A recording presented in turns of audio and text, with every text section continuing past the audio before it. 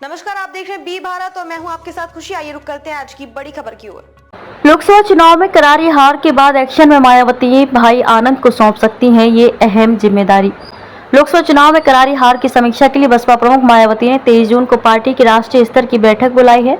बैठक में पार्टी को नए सिरे से खड़ा करने के लिए मायावती कई अहम निर्णय करेंगी। बसपा प्रमुख राज्यों के प्रभारियों में बदलाव करने के साथ ही पार्टी के राष्ट्रीय उपाध्यक्ष आनंद कुमार को फिलहाल पार्टी के नेशनल कोऑर्डिनेटर जैसे पद का दायित्व भी सौंप सकती हैं। वैसे तो 4 जून को आए नतीजे में पार्टी के शून्य पर सिमटने के अगले दिन मायावती ने पार्टी के राष्ट्रीय महासचिव सतीश चंद्र मिश्र से हार के कारणों पर विस्तृत रिपोर्ट लेकर उस पर चर्चा की थी, लेकिन अब देश भर से पार्टी के पदाधिकारियों की 23 जून को बैठक बुलाई गई है। इस बीच मायावती ने जिन क्षेत्रों में पार्टी का पहले से ज्यादा खराब प्रदर्शन रहा था, वहां के कोऑर्डिनेटरों से लेकर जिला स्तर के पदाधिकारियों के खिलाफ कार्रवाई करने के निर्देश दिए थे, जिस पर कई कोऑर्डिनेटरों व जिलाध्यक्षों को पद से भी हटाया जा चुका है। रिपोर्ट पर चर्चा करेंगी मायावती। रविवार की बैठक में दूसरे राज्यों के पार्टी प्रभारियों व पदाधिकारियों के साथ ही उत्तर प्रदेश की जोन मंडल कोऑर्डिनेटर और जिलाध्यक्ष तक बुलाए गए हैं। सूत्र बताते हैं कि बैठक में पार्टी के बेहद खराब प्रदर्शन के कारणों की मायावती विस्तृत समीक्षा करने के साथ ही पार्टी को नए सिरे से खड़ा करने के उपायों के संबंध में भी पदाधिकारियों द्वारा दी गई रिपोर्ट पर चर्चा करेंगी। सामूहिक बैठक के बाद बसपा प्रमुख अलग अलग राज्यों के पदाधिकारियों के साथ भी बैठक करेंगी। जिन राज्यों में पार्टी का पहले से भी खराब प्रदर्शन रहा है, वहां के प्रभारियों को हटाया जाएगा।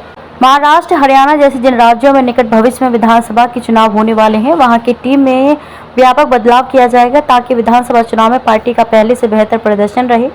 उल्लेखनीय है कि राज्यों के विधानसभा चुनाव में खराब प्रदर्शन करने पर बसपा राष्ट्रीय पार्टी का दर्जा भी खो सकती है। आकाश को नेशनल कोऑर्डिनेटर बनाने की मांग। सूत्रों के अनुसार आजाद समाज पार्टी कांसीराम के चंद्रशेखर के सांसद बनने के बाद बढ़ती सक्रियता को देखते हुए पार्टी पदाधिकारी बहन जी से मांग करेंगे कि आकाश को फिर नेशनल कोऑर्डिनेटर बनाया जाए ताकि खासतौर से वंचित समाज के युवाओं को पार्टी से जोड़ा जा सके। चूंकि चुनाव के बीच ही मायावती ने अपरिपक्व बताते हुए आकाश को नेशनल कोऑर्डिनेटर के पद से हटाया था, इसलिए पार्टी खराब प्रदर्शन के लिए कोई उन्हें जिम्मेदार नहीं मानता है।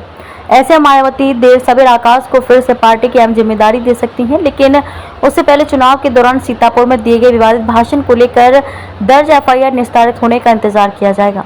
इस बीच मायावती आकाश के पिता आनंद को नेशनल कोऑर्डिनेटर पद का दायित्व दे सकती हैं।